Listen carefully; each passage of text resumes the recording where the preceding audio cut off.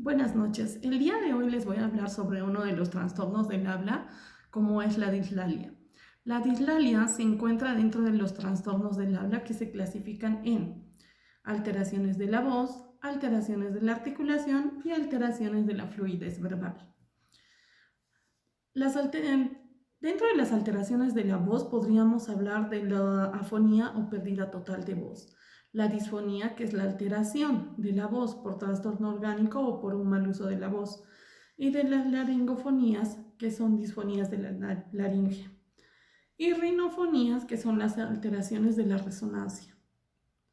Dentro de las alteraciones de la articulación podemos hablar de las dislalias y disglosias, que son trastornos de la articulación de origen no neurológico central y es provocado por lesiones físicas o malformaciones de los órganos articulatorios periféricos. ¿Cuáles son estos órganos articulatorios periféricos? Pues la lengua, el paladar, los dientes.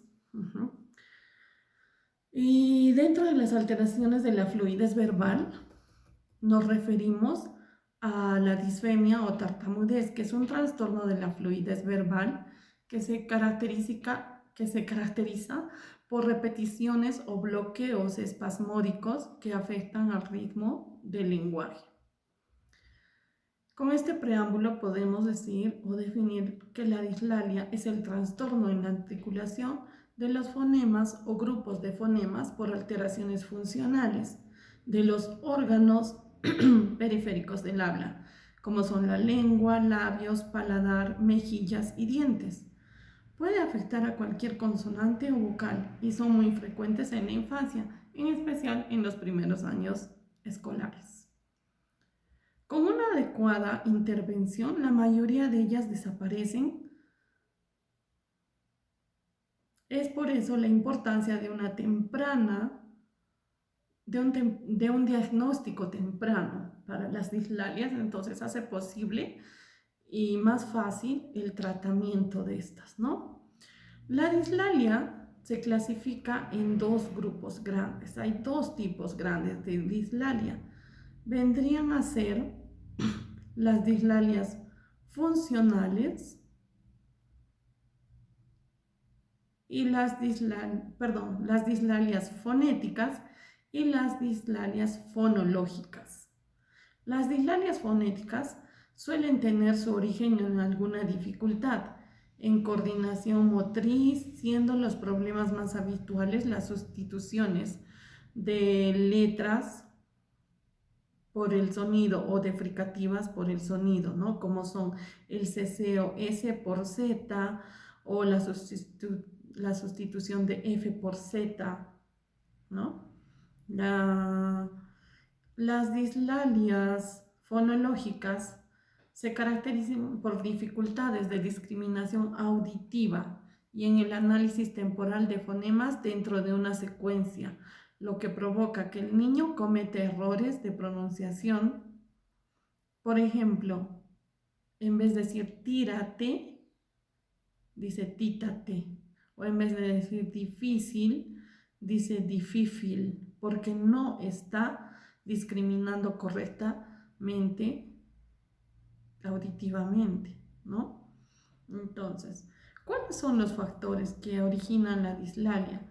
Los factores fonológicos ambientales, hereditarios, intelecturales. Estos factores son los factores psicológicos. Cualquier trastorno de tipo afectivo, falta de cariño, inadaptación familiar, abandono, maltrato, celos, puede inducir sobre el lenguaje del niño, impidiendo una normal evolución en su desarrollo, por lo que se fija en el subconsciente. Los factores ambientales, el ambiente en el que se desarrolla un niño junto con sus capacidades personales irá determinando su desarrollo y maduración. Las situaciones ambientales que más negativamente pueden influir en un mal desarrollo lingüístico son carencia de un ambiente familiar, bajo nivel cultural, no tiene fluidez de vocabulario, de expresión, modo de articulación, También el bilingüismo mal integrado. Hay muchos niños que son bilingües, pero que no está bien llevado, entonces no aprenden ni un idioma bien ni el otro. Entonces tiene estos problemas de dislalia. Sobreprotección, desequilibrio o desunión familiar.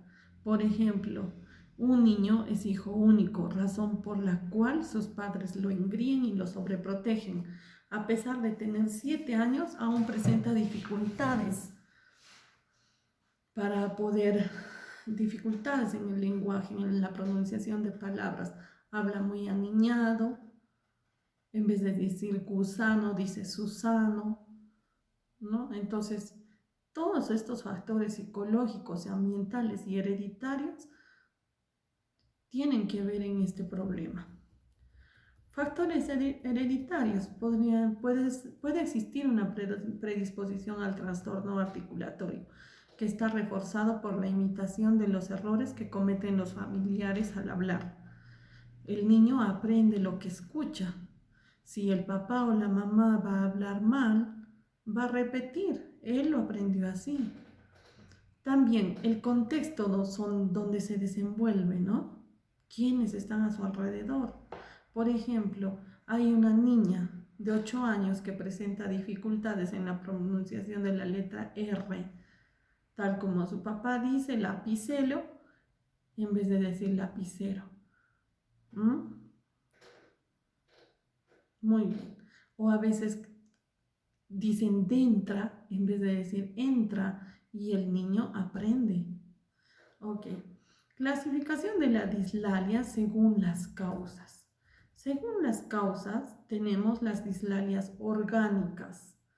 Bueno, la dislalia de verdad tiene muchas clasificaciones, pero por eso estoy cogiendo una de ellas, que es la más importante, que es la clasificación por las causas. Y tenemos, bueno, en este caso cuatro clasificaciones. Son la dislalia evolutiva, coincide con una fase en el desarrollo del lenguaje, en el que el niño no articula o distorsiona algunos fonemas. Normalmente desaparece en el tiempo y no se debe intervenir antes de los 4 años. Recordemos que es un proceso, el aprendizaje del lenguaje es un proceso. Entonces, un niño de 2, 3 años obviamente no va a decir todas las palabras bien pronunciadas. Entonces, a esto se refiere la dislalia evolutiva, ¿no? Que mientras va madurando el niño, va a poder corregir él solo. Pero cuando ya tiene 4, 5 años o 6 años, obviamente se debe de intervenir, ¿no? Dislalia audiógena es debida a una deficiencia auditiva. El niño no oye bien, por lo tanto no articula correctamente confundiendo fonemas parecidos, pues no tiene una correcta discriminación auditiva. Lo que les comentaba antes, ¿no? Dislalia orgánica. Su causa es de tipo orgánico. Si está afectado el sistema nervioso central, recibe el nombre de disartria. Alteración del lenguaje muy común en deficientes motóricos y se refiere a anomalías o malformaciones de los órganos del habla, como son la lengua, labios, paladar. Se llama disglosia. La dislalia funcional es debida al mal funcionamiento de los órganos articulatorios. El niño no usa correctamente dichos órganos. Al articular un fonema sin que exista causa orgánica, las causas pueden ser falta de control en la psicomotricidad fina. Otra causa puede ser el déficit en la discriminación auditiva. También los errores perceptivos e imposibilidad de imitación de movimientos. Puede tener algo que esté atrofiando, ¿no? Estimulación lingüística deficitaria.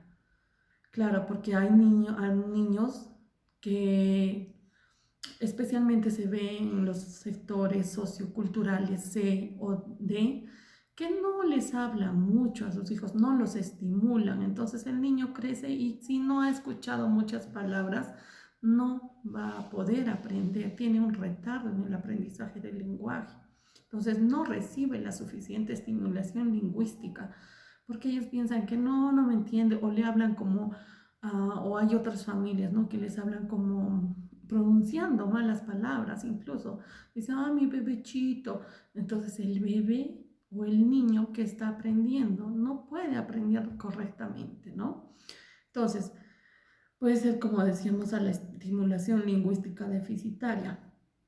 Ello explica la frecuencia de dislalias en niños de ambientes socioculturales con dificultades, abandonados o en situaciones de bilingüismo, ¿no? Yo tengo una sobrina que hasta ahora, que ya tiene 12 años, no puede pronunciar bien muchas palabras. El papá es francés, la mamá peruana.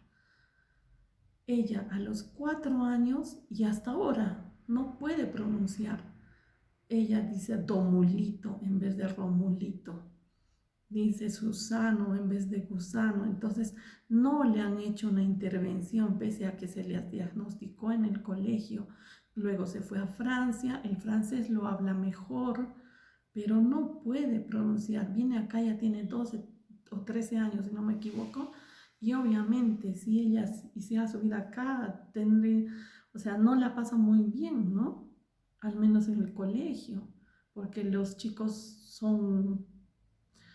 a veces son muy crueles, ¿no? Entonces, la molestan. Entonces uno tiene que estar atento a todas esas cosas. Ok, continuamos. De tipo psicológico, la sobreprotección, traumas que hacen persistir modelos articulatorios infantiles, ¿no? Que siguen hablando de niños ya tan grandes, 7 años y siguen hablando como bebitos, ¿no? La deficiencia intelectual, las dislalias son un problema añadido a los del lenguaje del niño o la niña deficiente, ¿no? De niños que tienen problemas, mmm, problemas, de repente malformaciones o problemas en el sistema neurológico, pero no quiere decir que por eso estén hablando mal. O sea, la dislalia es un resultado a su déficit, ¿no? Puede tener déficit de aprendizaje, ¿no? Entonces, cuando nos referimos a la dislalia, habitualmente se refiere a la dislalia funcional. Y los tipos de errores más habituales son la sustitución o distorsión u omisión y adición de letras o fonemas, ¿no? Puede ser, sustituyen algunas letras por otras, como les contaba, gusano, susano. La distorsión, pelota, peota, esa sería omisión, ¿no? Entonces, esos son los errores más habituales en la dislalia. ¿Cómo se detectan las dislalias? Como cualquier trastorno del lenguaje oral, se realiza mediante la observación y por indicación de los profesionales en el ámbito escolar, familiar. Además de los distintos aspectos del lenguaje oral que pudiera estar alterados, es necesario obtener datos de la evolución del niño o de la niña y de la historia familiar. También es importante recabar información de otros aspectos relevantes que pudieran explicar la causa de sus dificultades, como ya habíamos visto antes, ¿no? Inteligencia, nivel de audición, ambiente sociocultural, desarrollo motor, personalidad. Antes de establecer un diagnóstico, hay que tener en cuenta que es un desarrollo evolutivo. Muchos de los errores infantiles producidos pueden considerarse normales según la edad del niño, como había mencionado antes, ¿no? Entonces, hay errores que se dan en una etapa temprana del niño que después van superándose. Pero si ya llega a los 4 años, 5 años con ese error, es porque necesita intervención, ¿no? Para evaluar las dislalias es necesario recoger y analizar muestras del lenguaje en diversas situaciones, habla espontánea, imitación e incluso ante la lectura, si es que la ha adquirido, obviamente, ya que la producción puede variar dependiendo del contexto en el que está desarrollando el lenguaje el niño, ¿no? La evaluación de las dificultades articulatorias tendrá como base la del lenguaje espontáneo y deberá valorarse su inteligibilidad. Las dificultades articulatorias y la generalización de los errores en los distintos contextos de su vida. Entonces hay que evaluar en cada contexto. Situaciones espontáneas, imitación e incluso ante la lectura, si es que ya sabe leer, ¿no? Existen diferentes métodos para la evaluación y también diferentes instrumentos, ¿no? Que pueden usar los especialistas o los logópedas también. La evaluación de las dislalias implica la observación sistemática de distintos aspectos, para lo cual es conveniente el uso de protocolos o pruebas específicas elaboradas para este efecto. Una completa evaluación implicaría lo siguiente: comprobar la ausencia de anomalías físicas en órganos bucofonatorios, como son labio, nariz, lengua, paladar, dientes y mandíbula. Valorar la capacidad para la realización de ejercicios prácticos con órganos bucofonatorios, mover la lengua a distinta velocidad, por ejemplo, doblar el labio inferior, hacer el ademán de soplar. Entonces, para uno darse cuenta que está fallando, incluso los dientes o la posición de los dientes puede estar dañando la correcta pronunciación de las palabras, ¿no? Bueno, la evaluación del nivel articulatorio del niño se trata de la definición de un programa individualizado adaptado a sus necesidades, ¿no? La estimulación de la capacidad del niño para producir sonidos, reproduciendo movimientos y posturas. También se experimenta con vocales y las consonantes y se le enseña al niño a comparar y diferenciar los sonidos, ¿no? Para el tratamiento, como instrumentos de evaluación, se pueden usar pruebas que miden la fonología, como es el registro fonológico inducido, evaluación fonológica del habla infantil, tenemos el PAF, el ELAR, EDA, EDAF, ¿no? Pruebas, instrumentos que nos sirven para poder hacer una correcta evaluación. También tenemos las pruebas que miden las morfosintaxis, que son, por ejemplo, el TSA, para evaluar el desarrollo de la morfosintaxis del niño de 3 a 7 años. Tenemos el CEG para explorar la comprensión gramatical de 4 a 11 años. También tenemos las pruebas que miden el nivel léxico-semántico. El test de vocabulario en imágenes de Peabody para la comprensión léxica, para niños de 2 años y medio a 9 años. Test de Boehm de conocimientos básicos. También tenemos pruebas que miden los 3 niveles anteriores, son pruebas integradas, como la prueba del lenguaje oral de Navarra, Test Illinois de aptitudes psicológicas, batería de lenguaje objetiva y criterial. ¿Cuáles son las estrategias de intervención en las dislalias? Las siguientes estrategias que se presentan a continuación presentan una serie de actividades para ayudar a los niños. ¿Qué quiere decir esto? Dentro de la intervención tenemos ejercicios, sesiones con ejercicios para los niños para que puedan corregir el problema. Dentro de las intervenciones, las intervenciones se pueden clasificar en dos. Intervención directa, donde en la intervención directa el niño hace una serie de ejercicios propios. Esto quiere decir que debemos realizar todos o la mayoría de estos ejercicios antes de iniciar la intervención directa, sino que seleccionamos aquellos que guardan relación con la causa de la dislalia y los realizamos con unos ejercicios más de tratamiento directo de la misma sesión, ¿no? como los ejercicios de respiración. Esta es la intervención indirecta. Los ejercicios de respiración, también tenemos los ejercicios de soplo, apagar velas, inflar globos, tocar el silbato, ejercicios de mandíbula, ejercicios de mejillas, los ejercicios de las alas nasales. Los ejercicios de las alas nasales son el movimiento de inspiración forzada y estrechamiento de los orificios nasales. También tenemos ejercicios del velo del paladar, como bostezar, toser, hacer gárgaras, carraspear.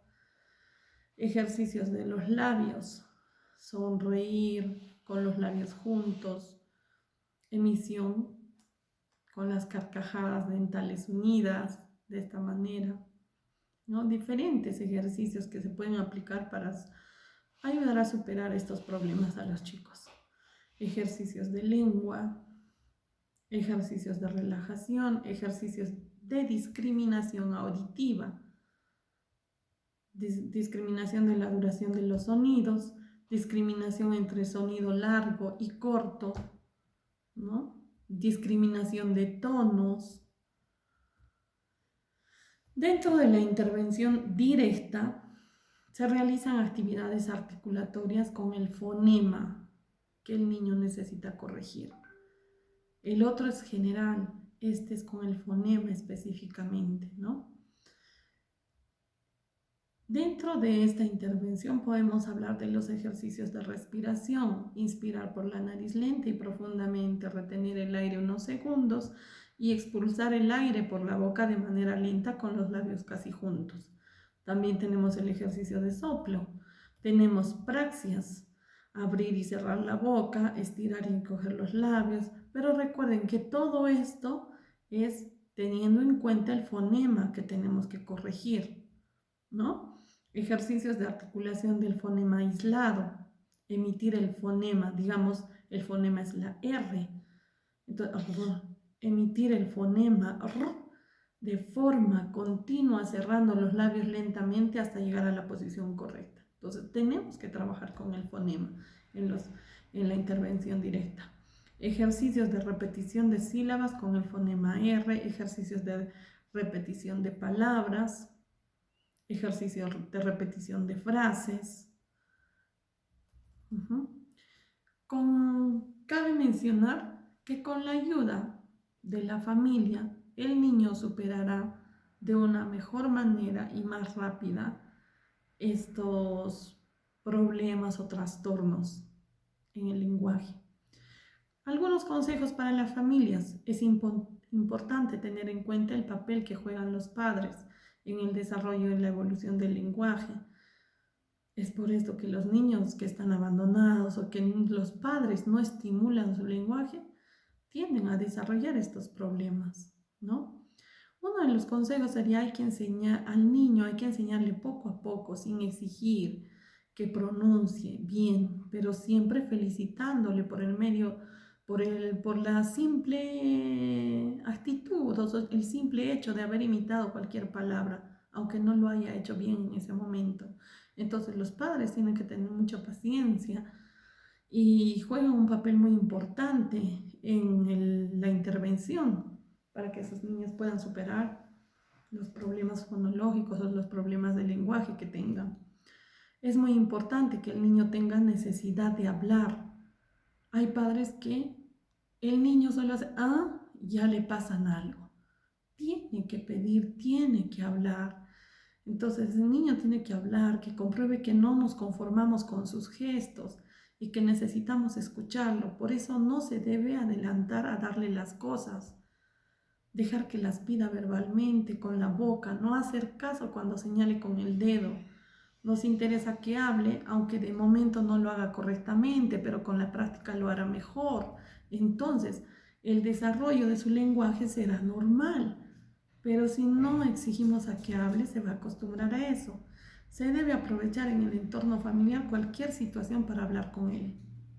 Respiración. Enseñémosle a respirar. ¿Ok? Entonces, ese sería el consejo para las familias. Hay muchos otros más, pero uno de los más importantes es ese. Conclusiones. Es preocupante que muchos niños tengan problemas de lenguaje evitables, problemas que afectan negativamente a su personalidad, que transforman un espíritu libre en una nube de miedos, problemas que convierten a la sociedad en un refugio, en el escondite perfecto para no ser lastimado. En muchos casos, estos trastornos que se podrían evitar no solo con una terapia precoz, sino con una estimulación correcta del lenguaje en los primeros años de vida de los niños por parte de sus padres y otros familiares, ya que no hay mejor remedio que la prevención. Un buen ejemplo, la detección temprana de un trastorno. Con esto quiero finalizar esta pequeña charla y agradecer al profesor por habernos incentivado a investigar, a trabajar, a conocer un poco más y poder desarrollarnos como buenos profesionales en un futuro. Gracias, buenas noches.